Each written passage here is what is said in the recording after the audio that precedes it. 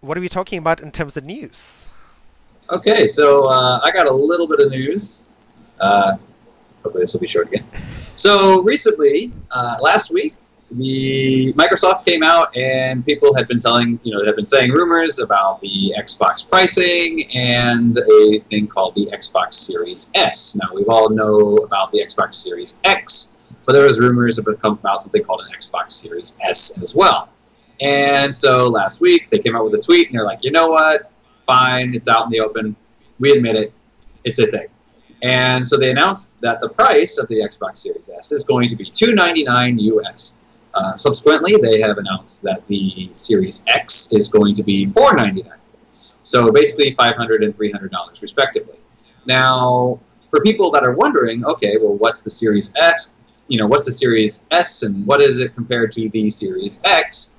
Well, it's basically a Xbox Series X Lite.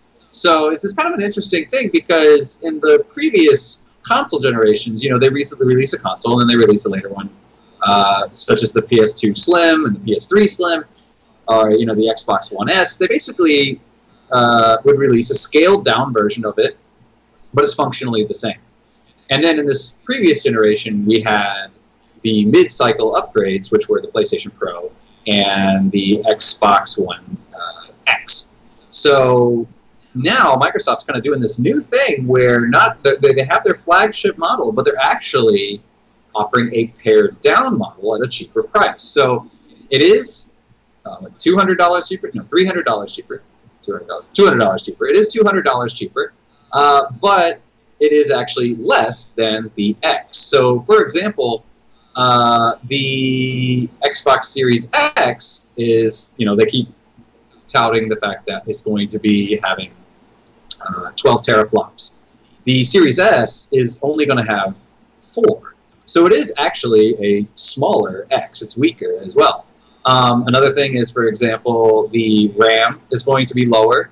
And while the Xbox Series X is going to have native 4K, 60 frames per second, and up to 120 frames per second at a time, the Xbox Series S is only going to do 1440 at 60 frames per second, up to 120. So it's not going to be doing that 4K that the Xbox Series X is designed to do. It is also digital only, so it will not have a disk drive. And the other thing that's kind of interesting is that actually a lot of the Xbox One games are getting upgrades when they move into the Xbox Series, the Series X. Sorry, I keep screwing myself up. So, for example, Cyberpunk is going to be releasing on the base console, on the Xbox One, but there's going to be an upgraded version of Cyberpunk on the Series X. Now, the Series S is going to be an upgraded version from the Xbox One. However, it is not getting the Series X upgrade. They will be getting their own upgrades because they are not quite as capable as the X Series. So it's kind of an interesting move on Microsoft's part. We haven't really seen something like this before. Now, a lot of people have talked about how Microsoft seems to be moving more into games as a service and less of a console manufacturer. So I guess in a way they're kind of moving like Sega did, where they used to make consoles, and now they're like, well, we're moving into just creating games. We're just going to be a studio. But in this case, they're doing games as a service with the Game Pass and that sort of thing, cloud-based gaming. So they seem to be moving away from that kind of model. And where people are saying, if you're thinking right now that the Series S, well, why is it weaker? Why would they release a weaker system? I think in their minds, they're thinking, this is actually a good idea because as games move into streaming, that Stadia kind of thing where you can do true 4K gaming, the Xbox Series S doesn't need to be powerful. It just needs to be able to stream. And then all that power can be on the other end of that streaming, so then they're streaming it to you. So I think that this kind of game, that the Xbox Series S, it's probably not going to be for the hardcore gamers. It's probably more for people that are more casual. They don't really care about 4K. 4K is not important. I think 1440 is good enough. It still looks great. I mean, a lot of people now are perfectly happy with 1080. So that sort of thing, and then maybe kind of a future-proofing thing where, in the future, if I'm going to be moving into streaming, this is kind of my options there. So it is kind of an interesting move by Microsoft, but it'll be interesting to see where they go with it. My other piece of news is that tomorrow there is going to be a PlayStation event. So hopefully we'll be getting the price on the new PS5. Currently the rumors are saying that the regular PS5, the one with a disc, is going to be $499, which is going to compete with the Xbox Series X. And the discless version is going to be $399, so it is going to be priced between the Series S and the Series X. However, the difference in the PlayStation 2, PlayStation 5 models are that they are actually identical systems. It's just one comes with a disc drive and one does not. There's not a pared down version. They are identical in every way, with the exception of the disc drive. So hopefully we'll be able to get those prices tomorrow. They've already released the box content, so they've already released the things that you're going to find in the box, which is basically just going to be your PlayStation 5. It's going to come with its SSD, solid-state drive. It's going to come with a controller and all the power cables, so that's all coming in the box. And the other thing that I am looking forward to that is slightly related to what we were talking about before, there's been a lot of speculation that it is possible that Final Fantasy 16 will be announced at tomorrow's event as a PlayStation timed exclusive. So that might be a possibility. I'm excited for it. If you're a JRPG fan, I think you'll be excited for it as well. So what about you, Crian? What's your news? A quick question. Sure. For tomorrow's event, Yes. what is something you're predicting or you're expecting?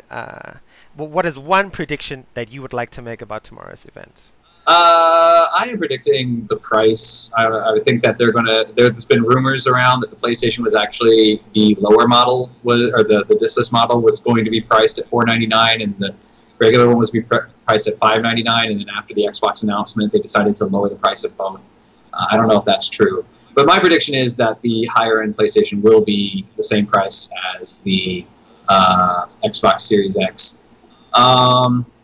As far as what else might be revealed, I am hoping that we can get some more information on the DualSense 5, just so that we can see kind of some of the haptic feedback and some of the things we can get. I was reading an article where it was a producer of horror games, and they were talking about the future of horror games and how the DualSense is really, really great.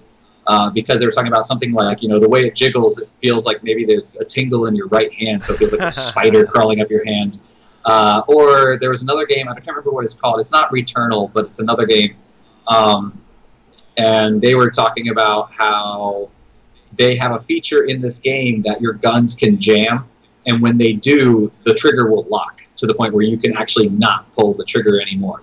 So, giving that kind of realism, we've never seen that kind of feature in a game before, and it possibly because it would have felt awkward to be pulling this trigger and the gun's just not firing. You would think that's a glitch.